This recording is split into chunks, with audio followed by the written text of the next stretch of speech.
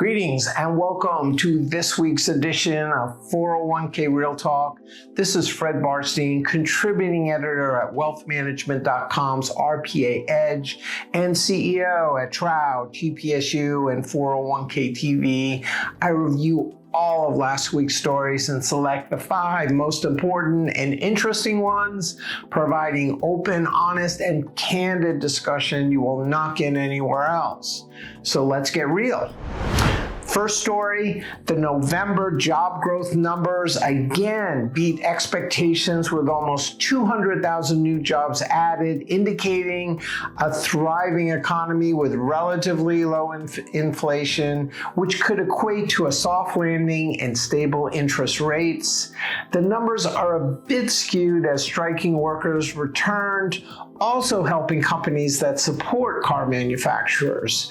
Education and healthcare led with almost 100,000 jobs, followed by government at 49,000 and hospitality and leisure with 40,000. Interestingly, business services lost 9,000 positions. Either way, the focus on recruiting and retention remains high among employers, with benefits and retirement plans still a key weapon even as the war for talent recedes. Next story, the Washington Department of Financial Institutions is investigating advisors in their state that deploy Pantera to help them manage held away assets using their login information. Citing the North American Securities Administrator Association model rule, there is concern about clients' data security who may be violating their agreement with custodians if they do not first get permission. They also cite potential fiduciary breaches by advisors.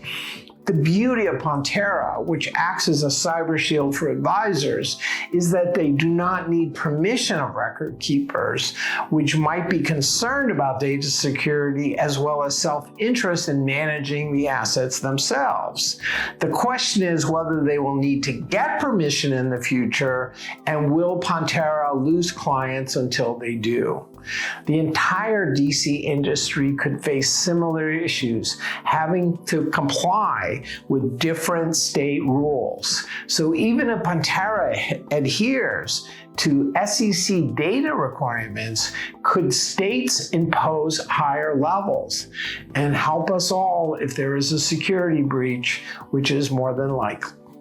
Meanwhile, Pantera just raised another $60 million from Iconic Capital, increasing their total to $160 million. Next story, according to UCLA professor Shlomo Bernarci, the industry needs to get up to speed quickly with AI because it is improving at a rapid rate, increasing accuracy in one example from 60 to 86% with just one upgrade. While a slow uptake in DC plans, the use of AI in benefit plans is picking up in 3 distinct areas. Personal reminders around open enrollment periods, leveraging data to help employees make better benefit allocations, and answering questions. Issues remain about data integrity and security. It seems like rules-based industries like ERISA and investing are prime examples for the use of AI, though more than likely to enable, then replace advisors searching for ways to bring advice at scale to the masses. Next story. If you doubt that state plans are spurring formation of new 401k plans, think again. Gusto, a major payroll provider which partners with fintechs like Guideline and Vestwell, reports that state mandates are greatly increasing not just the creation of 401k plans, but also participation rates, especially for lower paid workers. As of July 2022, just 25% of employers with 5 or more workers in Colorado, which recently instituted instituted a mandate, offered a retirement plan, which leapt to 38% in August 2023, a 52% increase. Neighboring states without a mandate showed no growth.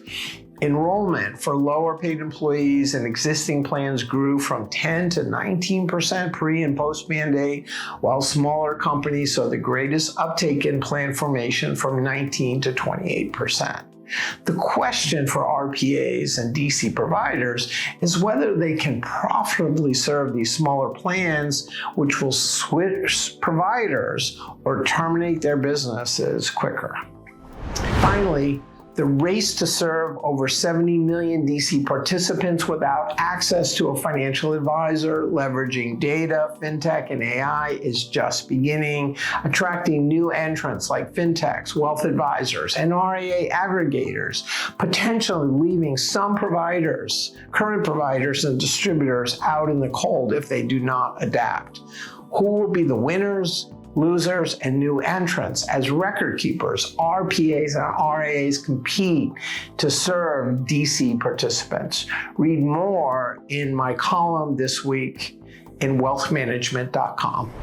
So those were the most important and interesting stories from the past week. I listed a few others I thought were worth covering, including Hub acquires AFS Retirement led by Alex Asselet, Pantera raises another $60 million, Cal Savers reports modest growth, The Dirty Secret about CITs, and UCLA professor warns the DC industry to get up to speed on AI.